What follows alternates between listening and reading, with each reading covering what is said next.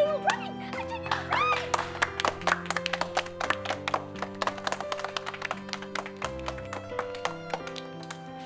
Tay, Bakit, anak? tara ho, balik na po tayo sa sakyan. Bakit? Nagdadalawang isip ka na ba pakasalan ng boyfriend mo? Hindi po, kaya lang, mali po tayo na simbahan na pinasukan. Tingnan niyo po, oh. Hindi ko naman po boyfriend yan.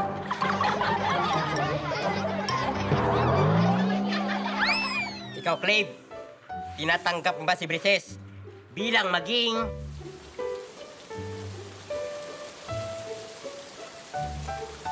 Sinabi ko na nga sa'yo, huwag tayo mag-garden wedding eh. Ayan oo, inulan na tayo.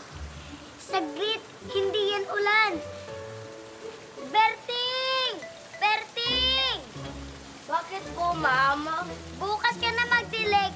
Kasal ko ngayon. Ay, sorry po, ma'am.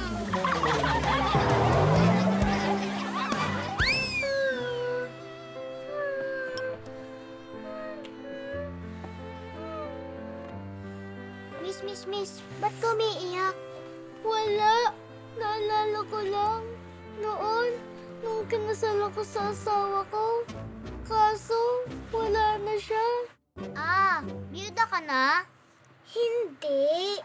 Buhay pang asawa ko. Ha? Eh, nasan siya? Ayan no. Kinakasal na naman. Loko talaga yung lalaking yan eh.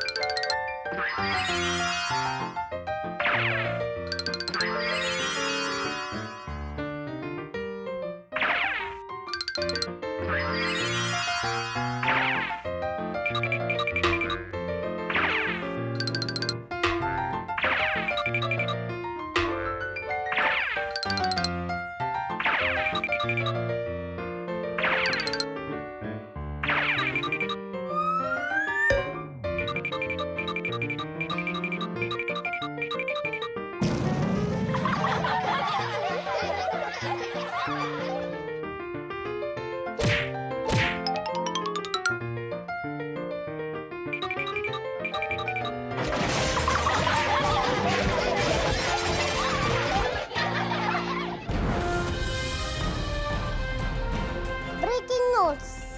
Attorney Harry Rookie nagsalita na tungkol sa poging assistant.